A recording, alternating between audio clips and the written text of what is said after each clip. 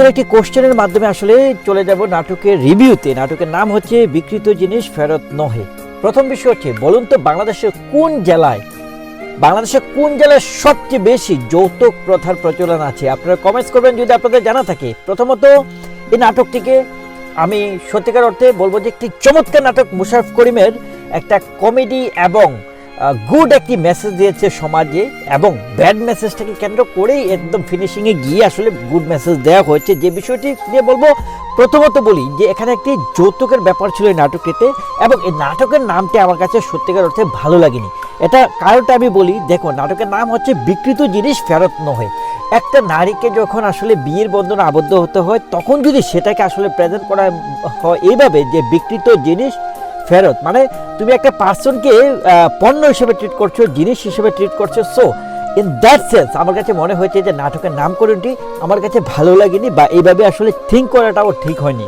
So যাই হোক, প্রথম কথা হচ্ছে যে এই বর্তমান সমাজে যৌতুক প্রথা পুরোপুরিভাবে যায়নি, বাট এখন থেকে 10 বছর আগে চিন্তা করলে কিন্তু অনেকটা আসলে রিডিউস হয়েছে, অনেকটা লাঘব হয়েছে, বাট পুরোপুরি এখনও যায়নি।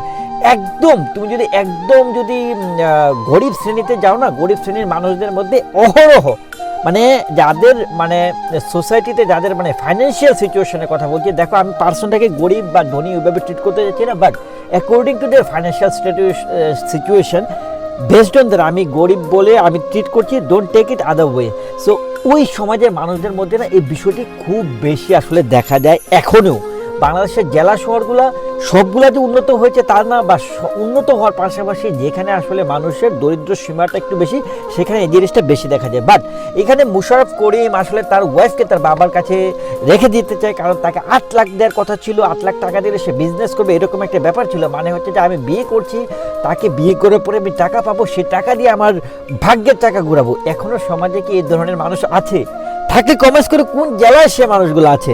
সো বন্ধুরা, এখানে এই নাটকটিতে কিন্তু আসলে কথা বলতে গেলে প্রথমে বলতে হবে মুশাররফ করিম এবং তার ওয়াইফ কিন্তু এই নাটকে ছিল, রুবিনা রাজা কিন্তু এই নাটকে ছিল। সো দুজনের কথা যদি বলতে যাই, দুজনের অভিনয় সব কিছু মিলিয়ে আমি বলবো যে খুবই চমৎকার ছিল, খুবই দুর্দান্ত ছিল, এবং নাটকটি শুরু থেকে শেষ পর্যন্ত খুবই প্রাণবন্ত। তোমরা নাটকটি দেখতে পারো 8/10। আমি আসলে 10-এর মধ্যে আসলে 8 দিচ্ছি। তোমাদের প্রতিক্রিয়া কি কেমন লেগেছে অবশ্যই কমেন্টস করে জানাবে। Thank you so much.